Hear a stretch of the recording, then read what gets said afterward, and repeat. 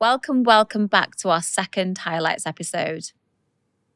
3 of our guests this season overcame tremendous adversity in their lives.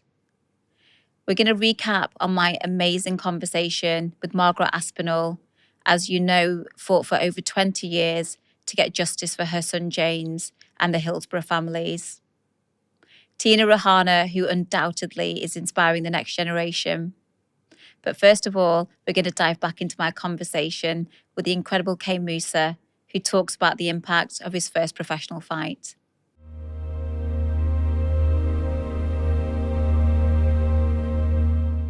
Don't get me wrong, it was toe-to-toe from the bell. Come out, we were slinging hands at each other from the bell. He was big, big. Anyone who's watching this, go and watch Kane Mousah versus Farah Mohammed so you can... it's on YouTube. It's on YouTube so you can go and watch it.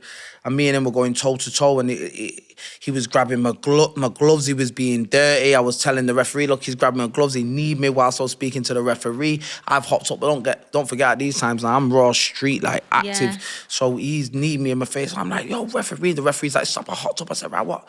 Mama thinks I'm a muppet. Come on then. And I started gassing all my fans up. Everyone's like, yeah, I'm saying, what? Come on. And then we just had it. But I beat him.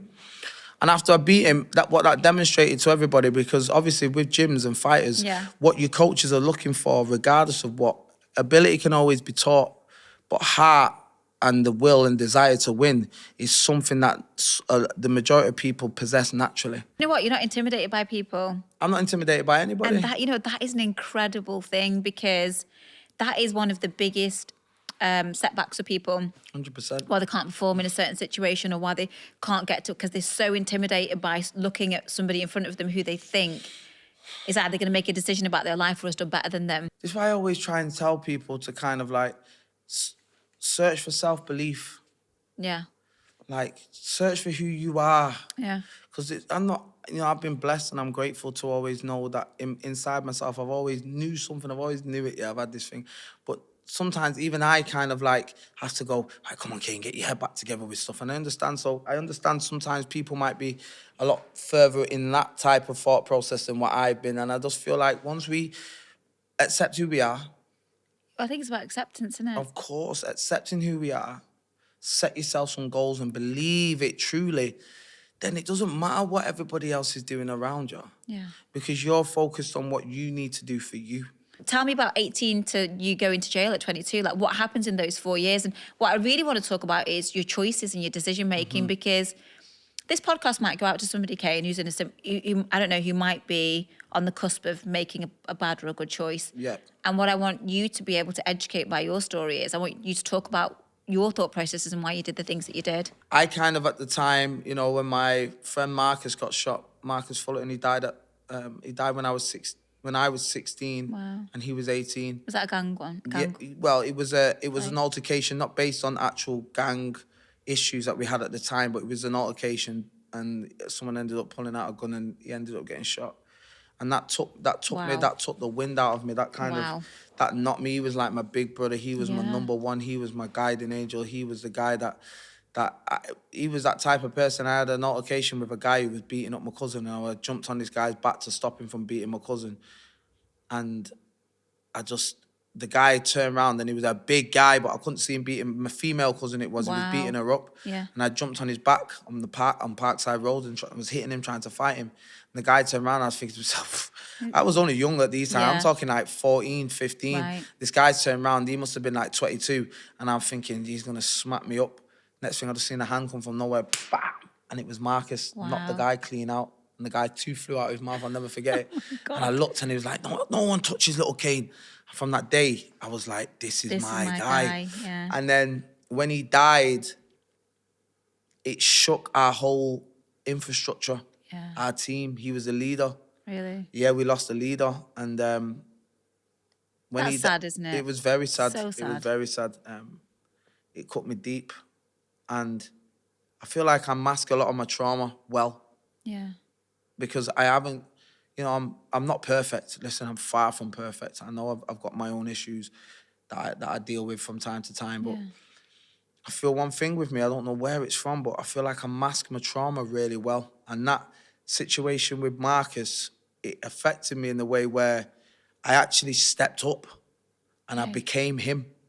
I became the person that I knew he would have wanted me to be. Do you get what I'm saying? Yeah. So I started to use his leadership skills and his ability to be liked by people was something that I always recognized, because there was so many different people in the gang. There were so many different characters. These guys are like characters out of movies that I was looking up to.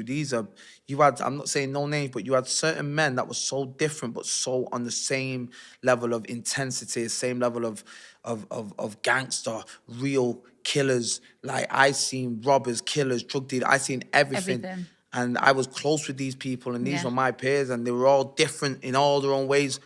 And I used to always watch how certain people were accepted, or other people were around them, and how other people used to speak about them.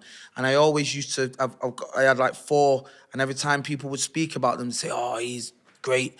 Oh, Kane, can you chat to him? I know he'll be all right. And then there'd be somewhere people go, oh, I don't like him, and oh, I don't want him around. And that energy of the fear, I never wanted people to fear me. Right. You want them to respect you and I wanted people to respect me and love me. Yeah. Because I understood that with love and respect comes safety as well.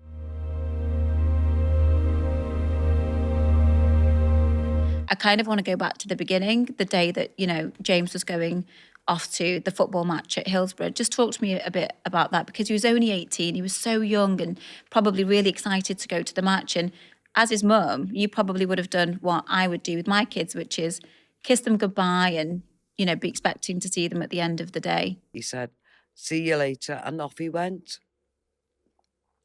And as he's walking up the road, he just turned round and I just waved to him.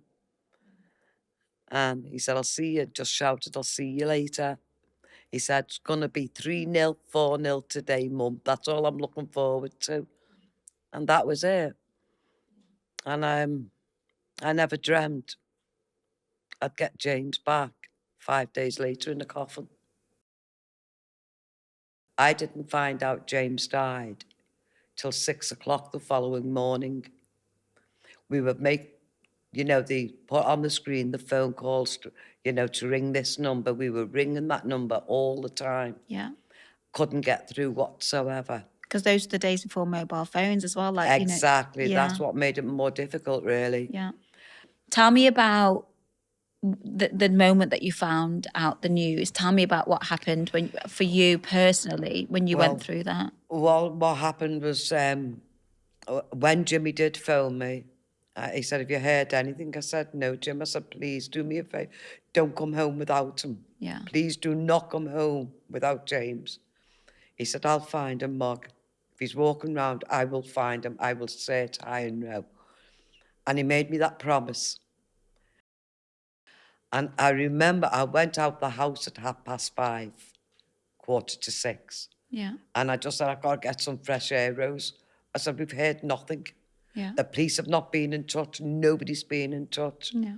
And as I went out the front door, and this was just down the bottom of my path, I looked up the road and I saw my sister standing there with my brother-in-law at the top of the road.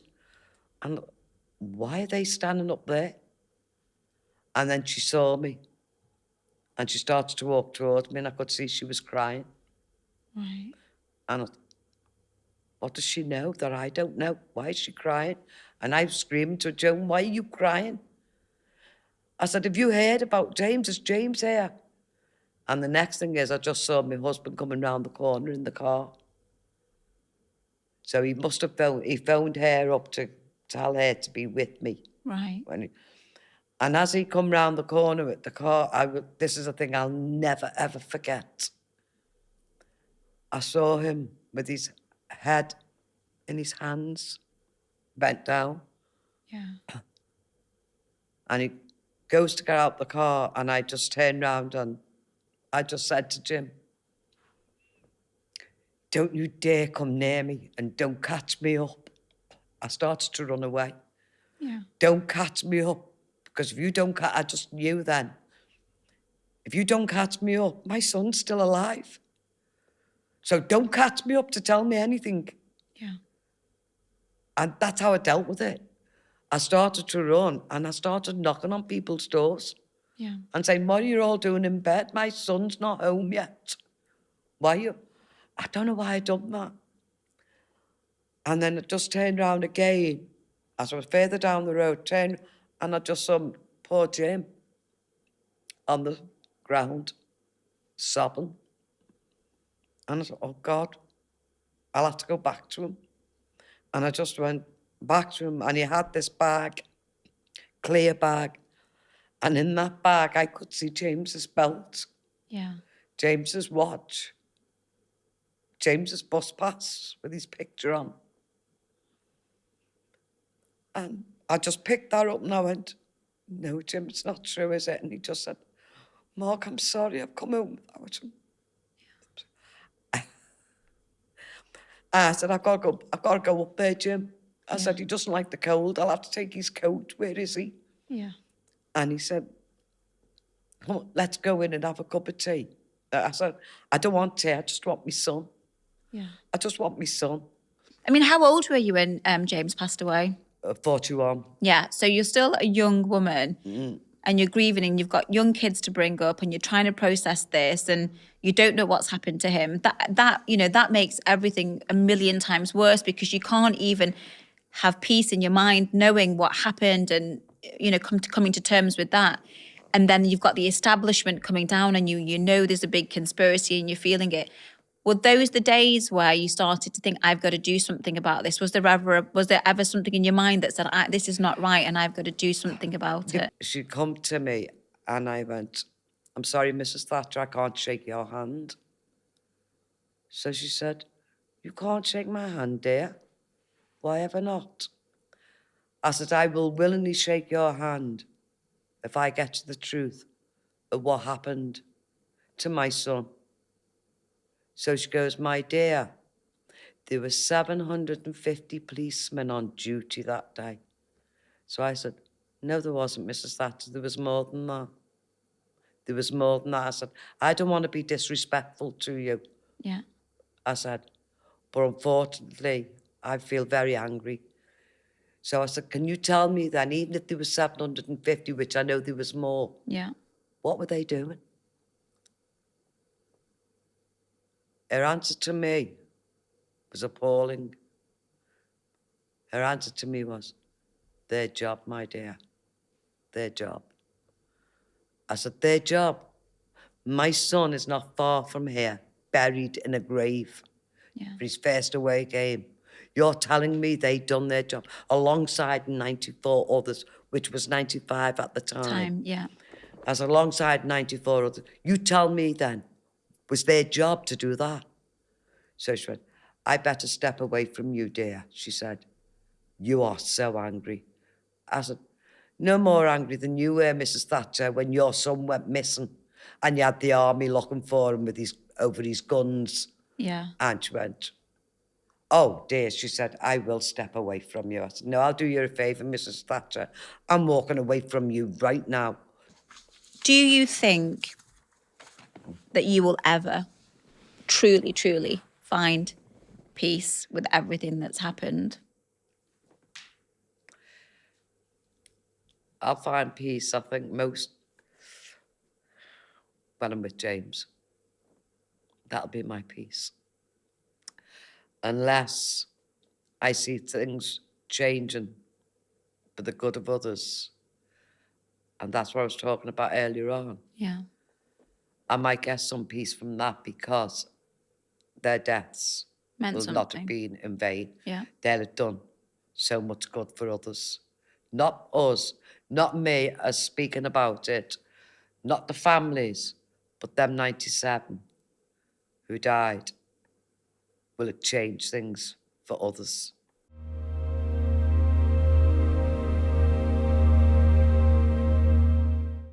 So you got into dance, but you got into dance at a really young age. Was it about 13 you got into 13, dance? yeah. Yeah, so talk to me about that. Like, did you always know you were good at dancing or? No, I was shocking, to be honest. But I think what it is I needed an emotional outlet. And I found being at home quite difficult for several reasons. And so I just wanted to be out the house a lot.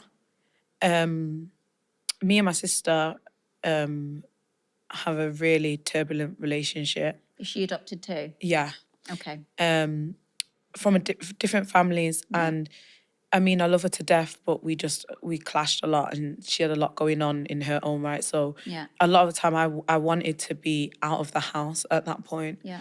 So I found a youth centre and, started a dance group. And I think that is why I do what I do, because I know that having that focus at that age really saved me. And it's really interesting, actually, because as an adult, I've had to go back to start dancing. And I started, if you probably noticed on my Instagram, working out a lot more and things, because I was so used to dealing with my emotions in that manner that when I stopped doing anything, I was all over the place. Really? So I had to find a way to channel it again, and it's been through dance again, but also exercising on a regular basis. Yeah.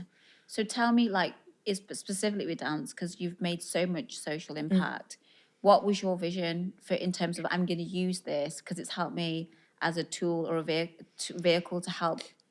It's really interesting because I didn't understand what I was doing. Really? So I was in a youth centre and, I just brought in a few girls. So basically what happened first is I met a girl called Corinne and she was starting a dance group called Kryptonite. She said, do you want to be in it? And I met her cousin Naomi, who is now one of my best friends still. And then she decided she didn't want to do it, but she took me to this youth centre. And I was like, oh my God, it's an arts youth centre. Yeah. And I was just like, I want to be here all the time. It's just loads of, I had a theatre and an art studio and a dance studio. So then my friend Naomi, we started dancing together. We were met through Corinne, and then my other friend Hind. So we were dancing together, and then it just grew by the time I was 16 to 23 other girls. Wow. But then 23 other girls at 16, the same age is hell, right? Yeah. So I decided I wanted to start teaching younger children. Yeah. And I just Googled competitions that go abroad because I wanted to go abroad, and there was UK Hip Hop Championships, and if you won or top 3, you got to go to Las Vegas. Yeah. So I thought, let's just go. We qualified, so we came second when I was 17, and we fundraised all the money and went. So once we done that, I think my mind was just really open to the standard of dance and where you can take it. And I didn't realise that you can do those sorts of things. So we just ended up building I guess almost like a dance school. Between 16 and 19, I think I received over £70,000 worth of funding to deliver community projects. Thank you. And, you target primarily disadvantaged kids. Yeah. And specifically, what is the reason why you do that? I feel like my life mission is social mobility. So around anything I do, that's my passion. I just think, I don't know if I feel aggrieved, but I just feel like every child should have the same opportunities. It's just not fair. It's not fair that depending on, where you're born or like what your circumstances are, that you don't get the same access to opportunities. Yeah. So we call it Aim Sky High because the aim is to teach these children how to lifelong transferable skills that will serve them well to be able to socially mobilise themselves. I was in a studio with 7 girls the other day, a group that we have called Hit Squad, and they're 11 to 13. Yeah. And I explained to them, about how hard it is to buy a house and what kind of money you need to do and how, a lot of mortgages will only be 4 times your income, and then you also need a deposit, and then the schools that are based around there and how it affects what schools you go to, and then the difference between a good school and a not so good school, and how you end up competing in the same market even though you've come from totally different kind of I guess opportunities. Yeah. So I was just explaining to them that unfortunately for a majority of you guys, like I did, you're gonna have to work 10 times harder. So anytime we're doing exercise, it's not because I just want you to run 5 kilometers. Yeah. It's because it's the mindset. Right. It's not, anytime I'm telling you to try your hardest every single time. Yeah. I know it's draining. It's not just because I want you to be the best dancers. It's because you need that mindset, and that mindset will stay with you forever. So basically what you're teaching them is that you have to be so resilient because you're going to get knocked back. You're going to have to work harder. Yeah. When you say you're going to have to work harder, what do you mean? You're going to have to do extra work because it's not going to be handed to you on a plate like it is to other people. Yeah. So unfortunately, you start sometimes 10, 20, 30 steps behind. You can make that up, but you're just going to have to work harder. How do you stay motivated? How do you get up every day and work to the extraordinary level that you do? It's your purpose, like you were saying before. Yeah. My purpose, part of me, like, I know I'll never achieve this in terms of, but it is a goal that I just don't, my life goal is to try and make sure, well, I'll achieve this, but I was going to say every child, but as many children as possible don't have to grow up feeling the way that I did. That's what it is. I want every child to have as much opportunity as possible. Yeah. And I want every child to not have to grow up feeling worthless or unseen or unheard in whatever capacity that is. And that's my purpose.